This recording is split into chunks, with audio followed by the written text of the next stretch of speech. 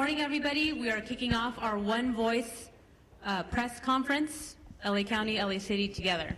We have a short presentation today. We're aiming for conciseness. So we're going to start off with the LA County Director of the Office of Emergency Management, Kevin McGowan. Thank you, Helen. Hi, my name is Kevin McGowan. I'm the Director of the Office of Emergency Management for Los Angeles County. There is an extreme amount of frustration, anger, fear with regards to the erroneous messages that have been being sent out through the wireless emergency alert system across LA County. I can't express enough how sorry I am for this experience. First of all, I want to clarify, this is not human-driven. There is no one sitting at a desk right now initiating emergency alerts. I want to restate that. Right now, as these alerts are being issued, they are not being activated or initiated by a person. This is my top priority. I am working all hands on deck with the Federal Emergency Management Agency's Integrated Public Alert and Warning Team. We have every technical specialist working to resolve this issue and to find the root cause. I implore everyone to not disable the messages on your phone. This is extremely frustrating, painful, and scary, but these alert tools have saved lives during this emergency. Not receiving an alert can be a consequence of life and death. As we continue to work on the root cause, I ask everyone that gets an alert to verify if they are in an evacuation warning or order to go to alertla.org, lacounty.gov/emergency, or dial 211 for assistance. The mapping is accurate on where evacuation warnings and orders exist. Again, this is my top priority. This is the top priority of my partners at the state and at FEMA with the Public Alert and Warning Tool to resolve this issue as quickly as possible and identify the root cause. Thank you. Thank you, Kevin. Good morning, everyone. I'm going to make this very short because we've got a full list of people that want to present today. You're going to hear information from our Insurance Commissioner, Ricardo Lara. Thank you for being here, about how residents can get connected to insurance support to recover and rebuild. And I was up in the Alpine area last night, and the common question was, how do I navigate the insurance process, and will I be able to get insured again? And so I felt it was important for us to hear from our Insurance Commissioner, who's been very engaged on this issue. And then I just want to say to everyone, you know, I've been out and I've heard from my residents, and I think we've all had someone impacted by this fire. I keep saying it, you are not alone. I talk to families that have lost everything, and they don't know where to go. And as the supervisor representing that district, but also as a chair, I speak for this board. We are here to support you, and we will be here for the long road to rebuild. So with that, I'd like to turn it over to Mayor Bass to say a few words. Thank you, Chair Barger. All of us here are working urgently and around the clock to confront this ongoing firestorm. And when we are on the front lines, when we're in the command posts, when we're in the Emergency Operations Center, we carry with us our friends and neighbors. That is what this fight is all about. It's about those friends, neighbors, and loved ones who have fled their homes, those who have lost their homes, those who have lost their lives. To all Angelenos, we are fighting hard for each of you. So here's our city update responding to this natural disaster. LAFD battled all night on the Palisades Fire, the Hearst Fire, the Kenneth Fire, and airdrop efforts, thank goodness, continue. LAFD also responded to and extinguished fires in Pacoima, Hollywood, Studio City, and more. I do want to let everyone know that Griffith Park, including Runyon Canyon, will be closed through Sunday. Yesterday, President Biden pledged his full support for response efforts, including FEMA reimbursement 100% of our disaster response costs. FEMA also launched resources and support for Angelenos impacted by these fires. Visit disasterassistance.gov to apply. We have worked with the Governor and Sheriff Luna to secure the National Guard, which will back up and free up our firefighters and police officers and play a key role in securing our evacuation zones to keep people safe and to protect against anyone thinking of taking advantage of this tragedy.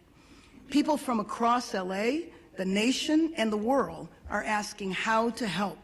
Yesterday, I spoke of the California Community Foundation's Wildlife Recovery Fund, and today I'm grateful to share that within 24 hours, they have raised $2.5 million from 4,000 generous donors.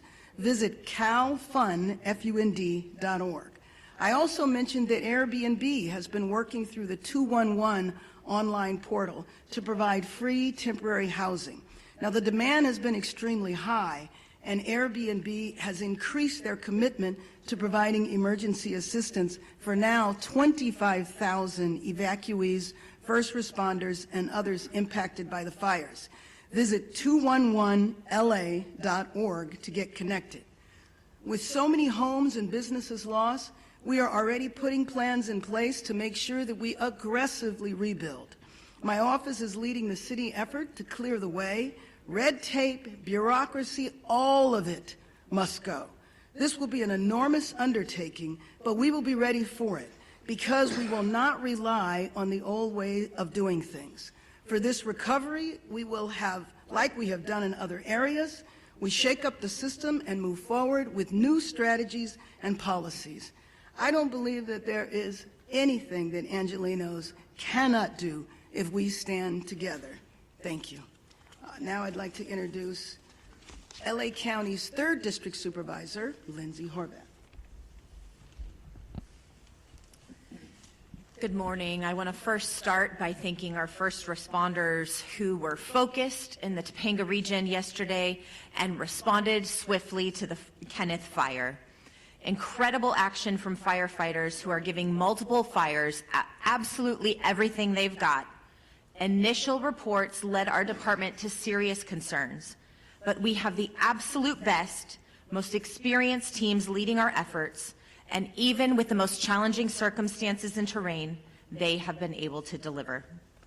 Next, I want to express my deep frustration with the alert system that is causing confusion and additional panic for our communities at this time of extreme crisis. Whatever the cause, it is unacceptable, and it is being addressed now by the county's Office of Emergency Management, as Director McGowan described. We'll be investigating what happened, how, and why at every level in our exhaustive after-action process to ensure it is corrected. There is a reason why we have redundancies in our communication system. Crises require them.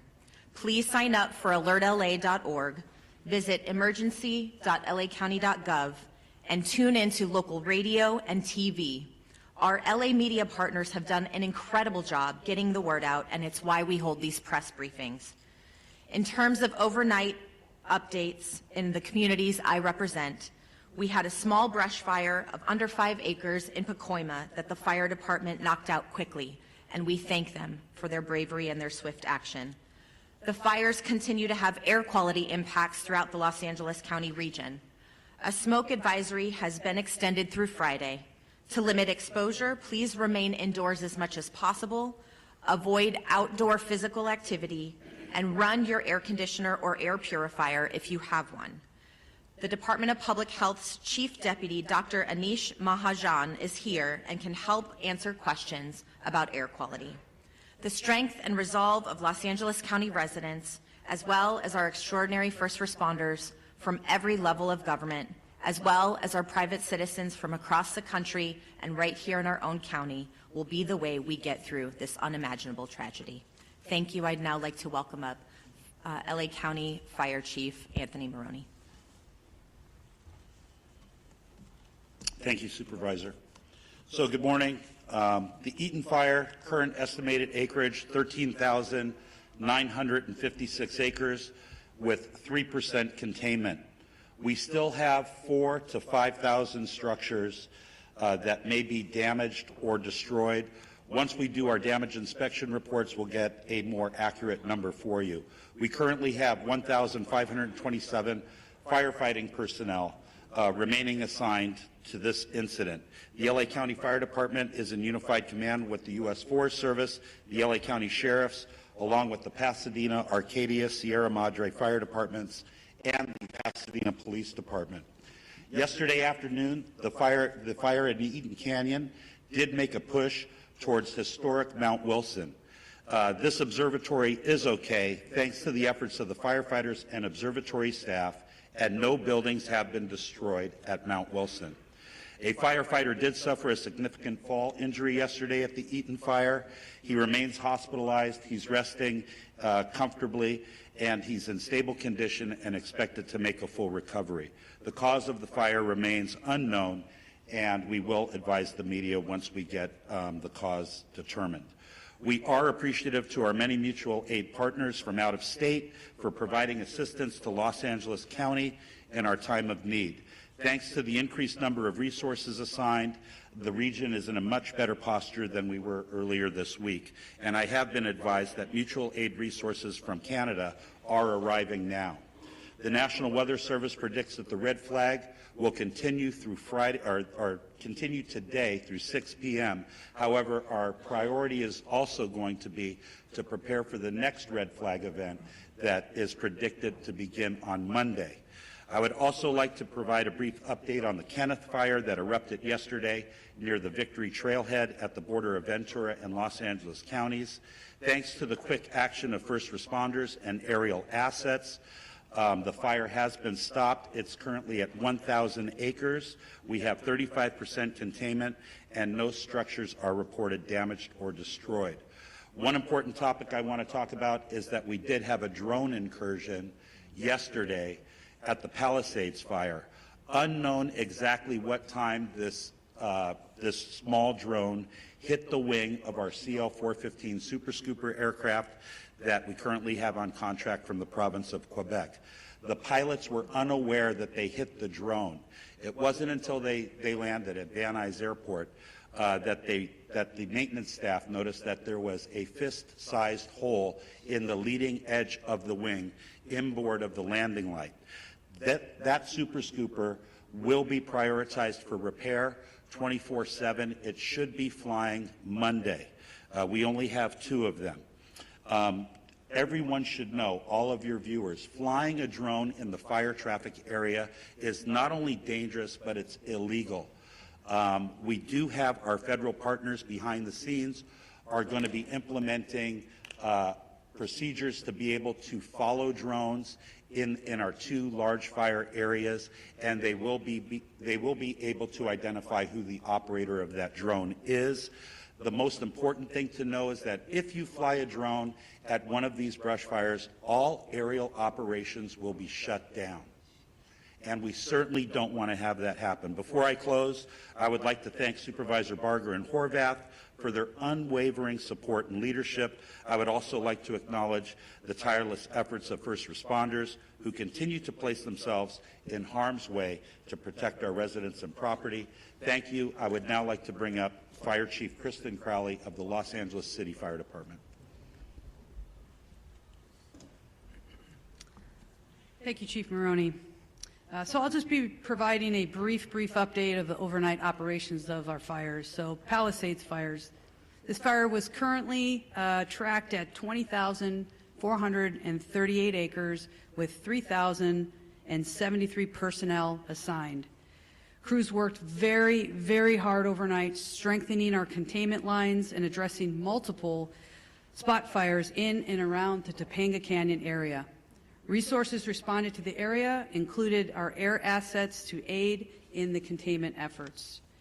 Due to the favorable overnight weather conditions and the diligent, and I'll focus on the diligent work and effort and commitment of our first responders, we can report that the Palisades Fire is now 8% contained.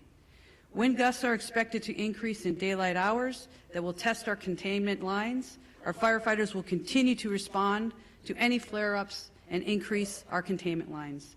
Evacuation orders remain in place. The Hearst Fire, due to more accurate mapping and acreage, has been updated to 771 acres with 37% containment. All evacuation orders and warnings have been lifted. The Kenneth Fire, forward progress has been stopped with 35% containment at 1,000 acres. All evacuation orders and warnings within Los Angeles City have been lifted. I personally want to make sure that we thank and show our deepest gratitude to all of our Los Angeles City firefighters and all of our partners as we've been battling these fires for now. We're going into day 4. Thank you to LAPD for assisting us in keeping our communities safe.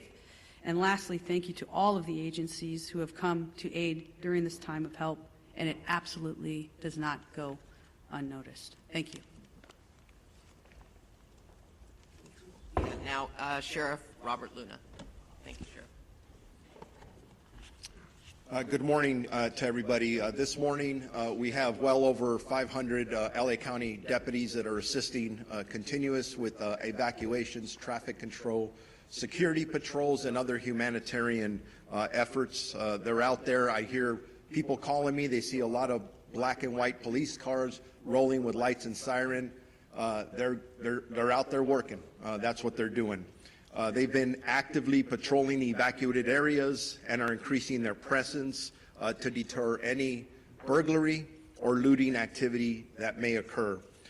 Just to summarize on evacuations for all the fires that we're dealing with, evacuations orders stand at approximately 153,000 residents that are under evacuation orders and approximately 57,830 structures at risk, and then evacuation warnings, approximately 166,800 residents under both warnings, or I'm sorry, those are just specifically for warnings. What I want to go to next, and we started talking about this last night, is curfew.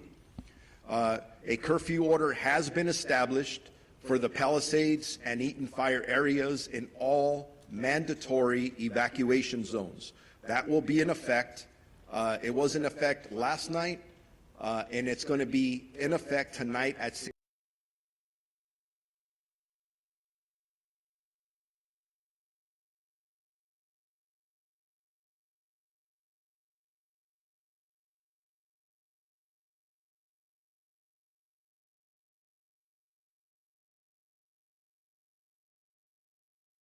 That is important. We're not doing this to inconvenience anybody. We're doing it to protect the structures, the houses that people have left because we ordered them to leave, and I want them to feel confident that we are doing everything we can to secure that. This curfew will be strictly enforced and is being taken to enhance public safety, protect property, and prevent any burglaries or looting in the area that the residents have evacuated. The only people that will be allowed in these areas are disaster workers, okay? I just want to make that clear because we have other people trying to get in there. And by the way, media partners who have legitimate media credentials, yes, you may enter those areas unless it's very, very unsafe and somebody tells you not to for that reason.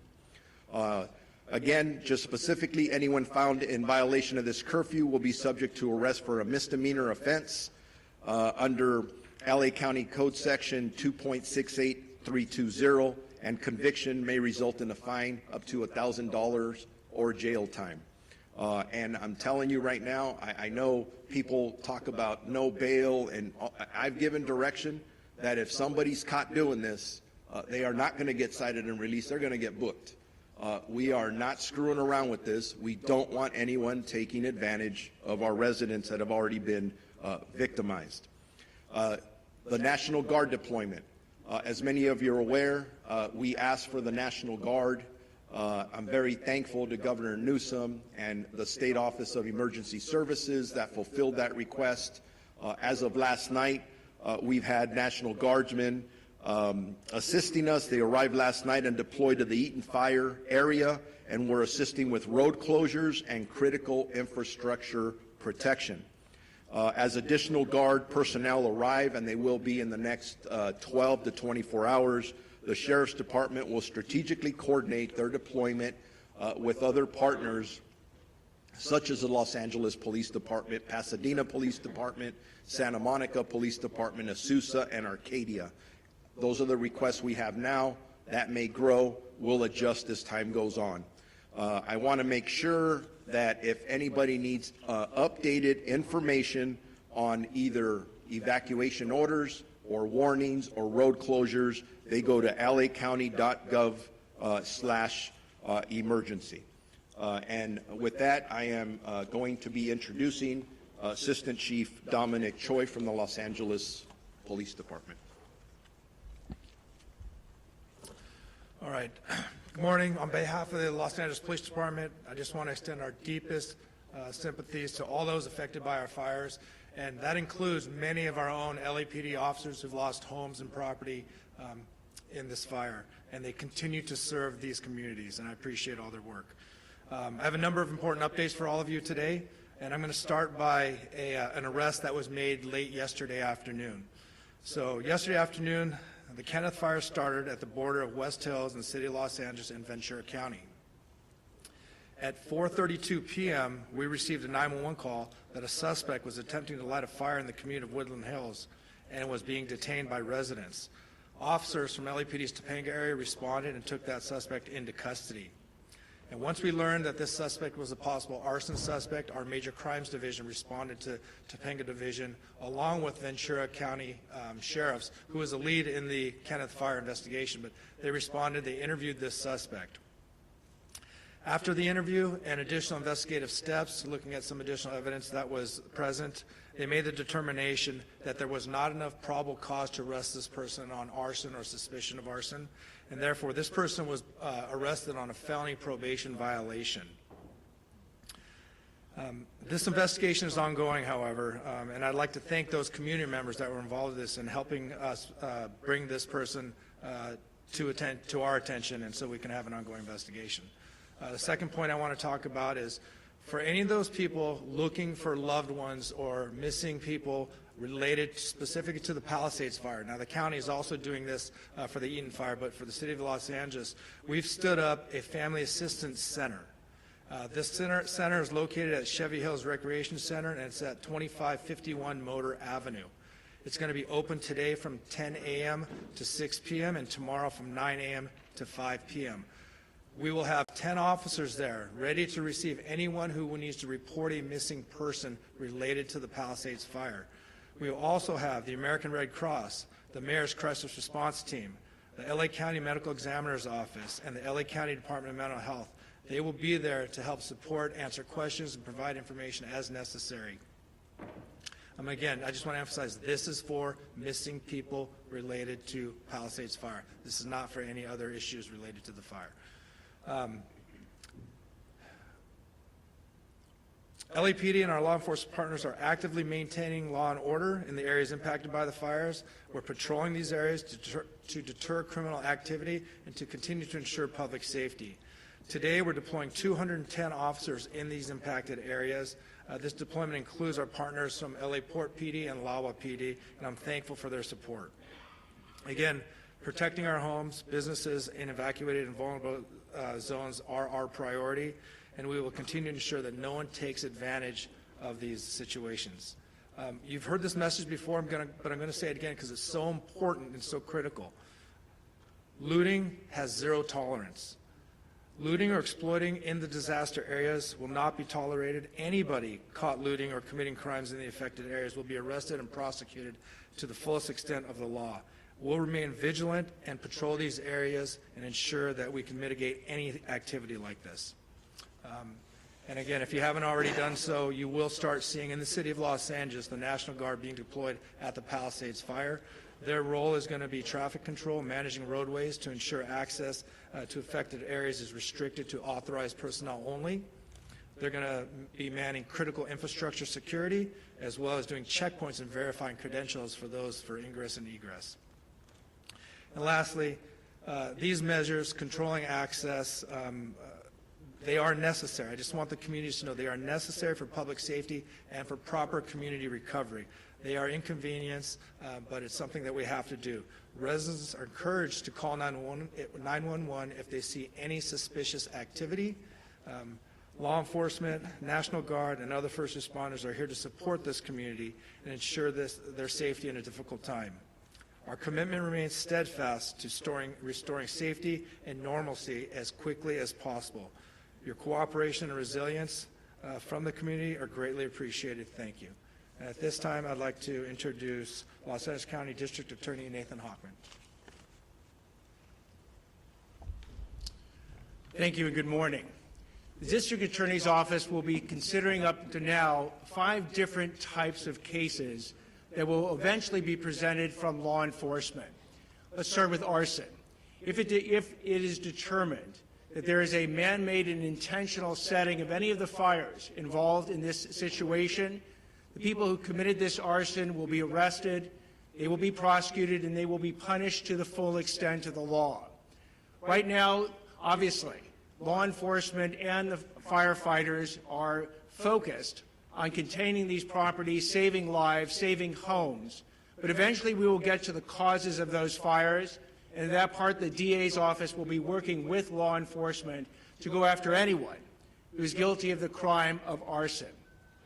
Second types of crimes. If people are going to violate this curfew restriction and they get arrested, they will be prosecuted. Let me back up what the sheriff has said. In order to protect the homes of people who've been ordered to leave those homes, the sheriff, the Los Angeles Police Department, and local law enforcement is going to be working overtime to protect your home. In that way, if you violate the curfew, you will be arrested and then you will be prosecuted by the district attorney's office.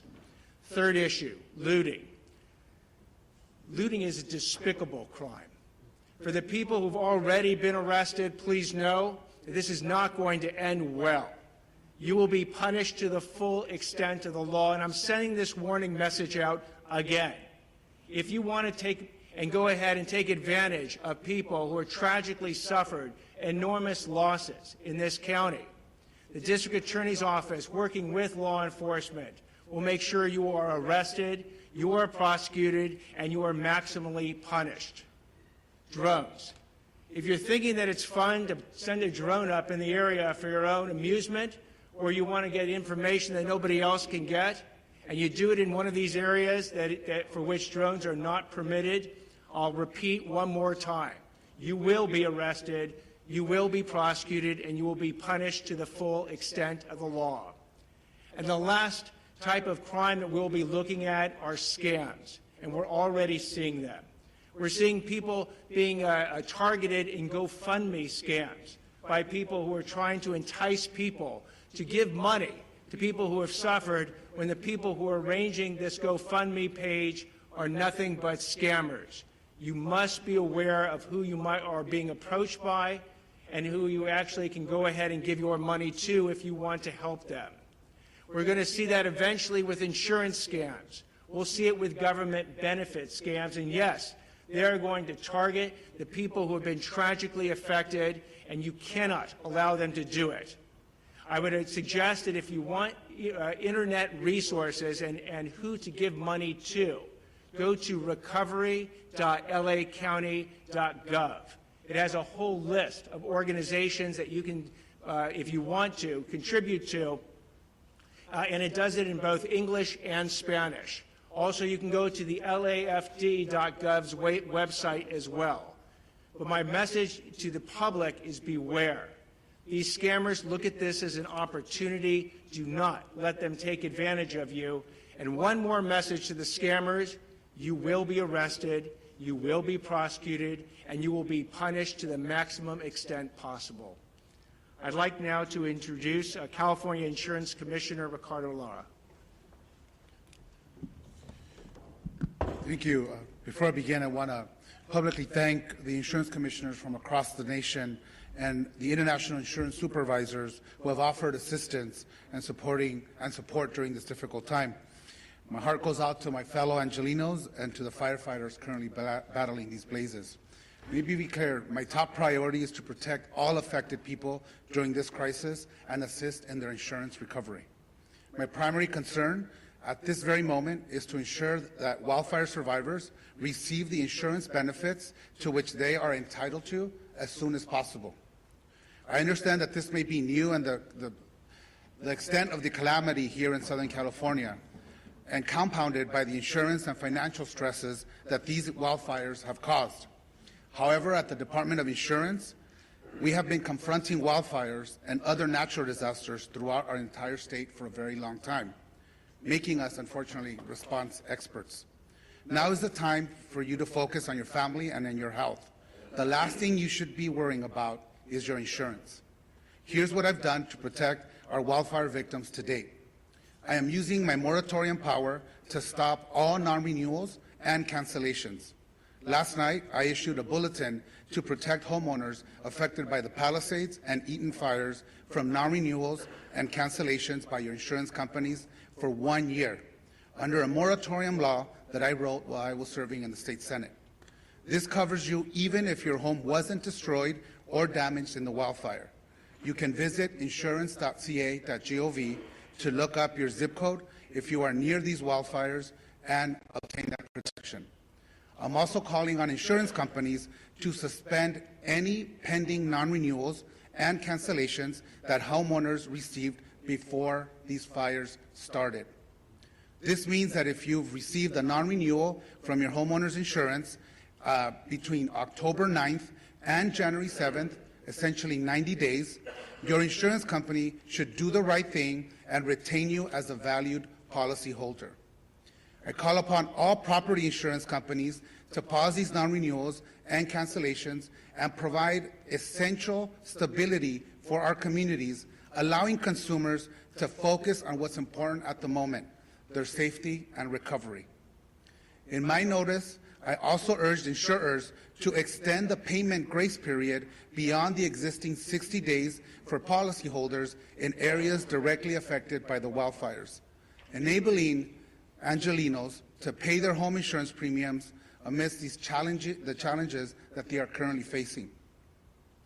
And if your policy was not renewed, or if you don't have coverage, please call us at 1-800-927-4357. We can help you find additional solutions. I have also directed my department's enforcement team to protect Angelinos from fraudsters targeting wildfire survivors and to assist with the ongoing evacuation efforts. My department has moved quickly to host an insurance support workshop on January 18th and 19th at Santa Monica College, followed by another event the following weekend at Pasadena City College. We will have experts from our staff and representatives from insurance companies available so homeowners can obtain answers and take the action they need in one convenient location. Again, call us at 1-800-927-4357 to schedule a one-on-one appointment with our experts. Related to health, I've issued an additional notice to all California health insurers directing them to submit emergency plans to my department. These plans must detail how they're going to ensure that consumers can continue to access essential medical care and obtain their medications in the wake of these disasters. I've been in constant communication with our county leaders, governor, the legislative leaders, and our congressional delegation to identify best ways to expedite our recovery, reduce wildfire risk, and build a more climate-resilient state and communities. Making homes and communities safer from wildfires needs to be a top priority for our state. Looking forward, I'm going to ask the governor and the state legislature to support my proposal to provide consumers with home hardening grants. We need to put money in people's hands. This measure is critical to protecting homes and improving long-term resilience against wildfire risk. We are also going to be introducing legislation to include businesses in our moratorium law. Businesses are an important consumer of insurance and the financial backbone of many communities, and they also need this vital protection. Newly enacted insurance reforms are now in effect to make insurance rates more stable and predictable. My sustainable insurance strategy mandates that insurance companies expand and maintain coverage in high wildfire areas if they are going to use forward-looking catastrophic models and incorporate the reinsurance cost in the rate making, which my department just finalized in December. Why is this important for our residents? It ensures that Californians in wildfire-prone areas retain access to insurance and brings competition back into the market and ultimately lowering the cost. Without these measures, insurance companies may continue non-renewals, leaving communities at greater risk of underinsurance and total loss of coverage. Even with these devastating wildfires, I want to be clear, I am confident that these reforms will keep us on track to modernizing our insurance market, encourage insurers to return and expand in California, and protect the solvency of our market. We remain the largest insurance market in the nation, fourth in the world. Our goal is to ensure they remain financially solvent and can honor the claim that will stabilize our insurance market in the long run.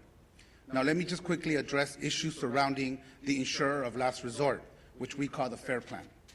It has become clear that reforms are necessary as the coverage maximums have not changed in 30 years.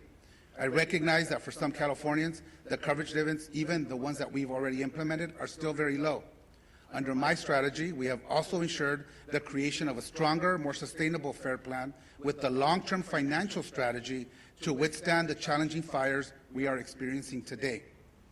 Let me be clear, once the fires are brought under control, we will get data directly from the insurance industry and the FAIR Plan about claims filed, as we have on all the other fires that may or may not happen. We are focused on maintaining the FAIR Plan's financial health while getting people back to the regular market where they belong. In closing, our actions are focused on ensuring that the insurance companies meet their commitments to the consumers, that Californians are protected, not just in this crisis, but beyond. We are here to help. Please call us. We speak multiple languages in whatever language you feel comfortable. Insurance can be complicated.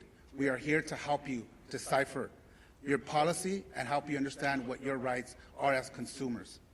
Please call us at 1-800-927-4357, or you can use our live chat feature on our website at insurance.ca.gov. Together, we will get through this, I can assure you, and thank you. LA County Assessor Jeff Prang.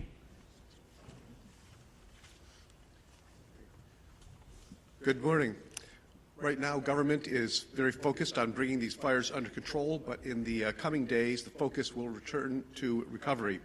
Initial reports suggest that 10,000 properties have been damaged or destroyed, with hundreds more likely to be discovered in the coming days. I appreciate that property taxes are not high on the list of things to worry about right now, as so many are focused on housing and safety, but financial issues will soon become a major issue for the victims of the fires. Under California law, if your property, your home or your business has been damaged or destroyed, you may qualify for property tax relief under the Misfortune and Calamity Program. This program allows my office to reduce your assessed value of your property, which is what your taxes are based upon, to reflect the damage. Here are the key details. To qualify, the damage needs to exceed $10,000, and you must file a claim within 12 months. Once filed, we will investigate and verify the claim, determine the cost to cure, and then reduce the assessed value effective the date of the damage occurred. The reduction remains in place until the property is repaired, rebuilt, or undergoes a change in ownership. It does seem clear that we may need legislative help to ensure maximum benefits to victims, and I'm glad some legislators are here today. We look forward to talking to them about making some of those fixes. The filing of this claim also facilitates coordination with the Treasurer Tax Collector's Office, allowing taxpayers who pay property taxes directly, that is not through an impound account with their mortgage lender, to defer their current year property taxes without incurring penalties or interest. We are working closely with our county partners to identify impacted properties and will assist homeowners and businesses through every step of this process. For all claims, we aim to do that, process them as quickly as possible. Once the tax roll is updated, the auditor controller will recalculate the taxes. If you're due a refund, it will be issued, or if taxes remain owed, an adjusted bill with new due dates will be sent. My staff, who's here, has handouts with a lot of the information these programs detailed. I did want to also emphasize that you should not pay anybody to access these services. My office provides them all for free, and we can be reached at assessor.lacounty.gov or at 213-974-3211. Thank you. Thank you. U.S. Fire Administrator, Dr. Lori Moore Merrill. Good morning. Thank you. FEMA and the U.S. Fire Administration remains on the ground to support the response and recovery efforts here for these fires. And I just want to have a reminder, as the mayor said, President Biden, through a major disaster declaration, has committed to cover cost associated with these fires at 100% for 180 days. For those who are affected and individual assistance, you can go to disasterassistance.gov, or if you prefer, to call someone, speak to someone directly. It is 1-800-621-3362. Our hearts remain with those who are affected, and certainly with the firefighters who continue the fight on the front lines. Helen, I'll turn it back to you. Thank you very much. Closing remarks by Sheriff Barger. Thank you. In closing, I just have to say that this is called One Voice, and it's One Voice because while it's focused on unincorporated Altadena and I know Palisades and Pasadena, we're working with our state and our federal partners to ensure that we are providing all the resources necessary. So I want to acknowledge people that are here today. Supervisor Holly Mitchell, our colleague who's here to support us, Pasadena Mayor Victor Gordo, Santa Monica Mayor Lana Negrete, Assemblymember Jess Gabriel, and Assemblymember Jessica Caloza, who are here. Did I miss anybody? I think that's... So, again, I want to thank you all, and with that, we're going to take maybe one question, because I know we've got to run out to Altadena, but go ahead. Okay, why don't we go, can we just, Supervisor, I'm so sorry, we'll just get a couple over here. Just 2 or 3. We'll do, by the way, we will do one-on-one interviews afterwards, okay? I will help you get the information you need. Go ahead. Thank you. My question is for Mayor Bass. Jonathan Vigliotti with CBS News. Yesterday, you asked for the public's patience as you assess the response. As you well know, then millions of people receive false alarms. It's been acknowledged here in this room that many may now be deactivating their alerts on their phones. I have heard from many people who are ignoring them altogether. We have red flag warnings still in effect. They will resume again next week. There is no rain in the forecast. What are you doing at this point to earn back people's trust and to make sure these mistakes don't happen again? Well, first of all, I think that was addressed at the beginning of the press conference by Kevin McGowan. I would like that from you. I don't, you're the top official here. So let me just be clear. I am going to spend every moment that I can making sure that I am in as many areas as possible, meeting and talking to residents to see what is needed in the recovery. But I also mentioned that we're moving into recovery mode at the same time, meaning that we want to see the city rebuilt. We want to see Los Angeles come together. Let me finish. We want to see Los Angeles come together. You are deflecting from the question. You have millions of people here who get these alerts. They are ignoring them. You still have red flag warnings in effect. There is a real threat here. What is your message to your constituents who are losing faith? You started this entire... I want the residents of Los Angeles region to have faith in what we are doing 24 hours a day. I can say on behalf of our first responders, from the fire department, the police department, we are doing everything we can to bring the situation under control, and success has been reported. We know that we're going to have a possible increase in the force of the winds at the beginning of next week, and getting Los Angeles prepared, doing everything we can to save lives. That is our #1 job, to protect people's homes, to protect people's businesses, and to prepare to rebuild Los Angeles in a much better way. We're going to stand united. We're going to stand together, and we are not going to allow politics to interfere, and we're not going to allow people to divide us for political gain. Thank you. Thank you, Mayor Bass. One over here. Bob DeCastro from Good Day LA, Fox 11. Just to follow up on that, because even after yesterday that errant message was sent out to Los Angeles County, some 10 million people, overnight people were still receiving many messages, and we were even fielding calls from our own newsroom from people as far as San Bernardino that were receiving calls. You have no idea why people are getting these alerts and being startled in the middle of the night when they're already on edge in the Inland Empire. Why has that happened? You have no idea. And you also ask that people verify and get onto a website. Not everybody has the ability to jump on a website when they're panicked to try and figure out whether or not this is an actual alert.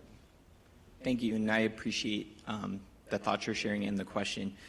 I would take a second to explain how the alert system works. There's an interface, and you activate that interface with what type of an alert you're going to send, an evacuation order, an evacuation warning, and you identify a geographical area.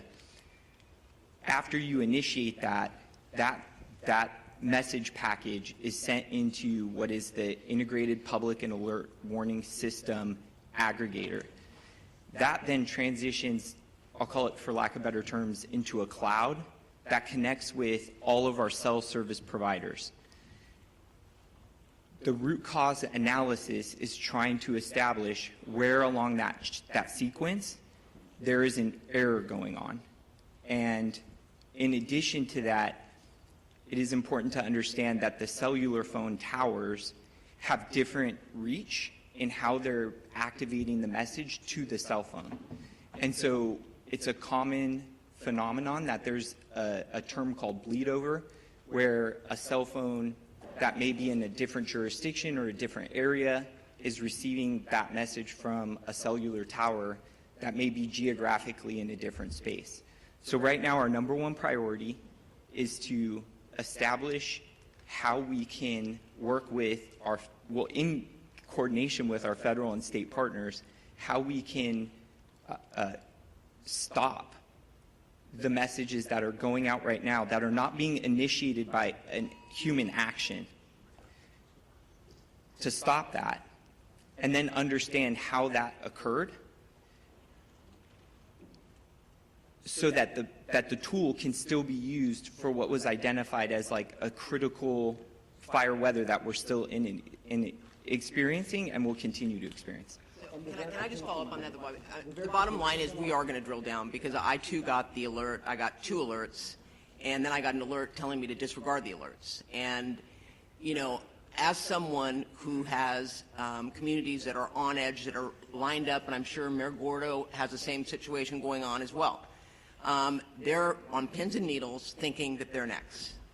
So we're drilling down right now, and the way it's described to me is there are towers that are now powering up, and it's up in this cloud. It's kind of like when you send an email and it goes into draft, and then once you hit internet, it gets sent. Similar, but my question is, why can't we turn it off? And the answers we're getting are not satisfying. I'm not making any excuses. It's unacceptable, and it is frustrating because we are asking people to trust us, to believe us when we say evacuate. So if we're going to tell them to evacuate, we better make darn sure we're targeting the right people. So don't think we're taking this lightly. I'm not. And I know that my residents aren't. So I hear you loud and clear. The frustration you're hearing from me is based on the frustration I'm hearing as well from my constituents who are asking, when we get it, is it going to be legitimate? Should we listen, or should we ignore, or disable altogether? So, Chair Barber, the verification, so people are just supposed to go on this website, find this website to figure out if it's real? I think that's absolutely ridiculous, and I told Kevin McGowan that. To tell people to go on a website when they may not have access to an internet is absolutely absurd, and that is, quite frankly, not something that I am recommending. Obviously, for those that want to find out where the evacuation centers are, or the evacuation locations are, they can go on there, and it is an accurate map. But I'm not going to tell people, if you get the alert, go on and check. I think that we need to fix this problem so that, in fact, when an alert goes out, it is a legitimate alert that people can listen to. So I hear you. I hear that criticism. I personally, when I heard it, didn't feel that I was going to tell people, well, if you get it, just go on a website. They can, but that's not going to satisfy the frustration that people have. So I just want to make it clear to you. Thank you, Chair Barger. We are at time. We're over time. Thank you. We will do one.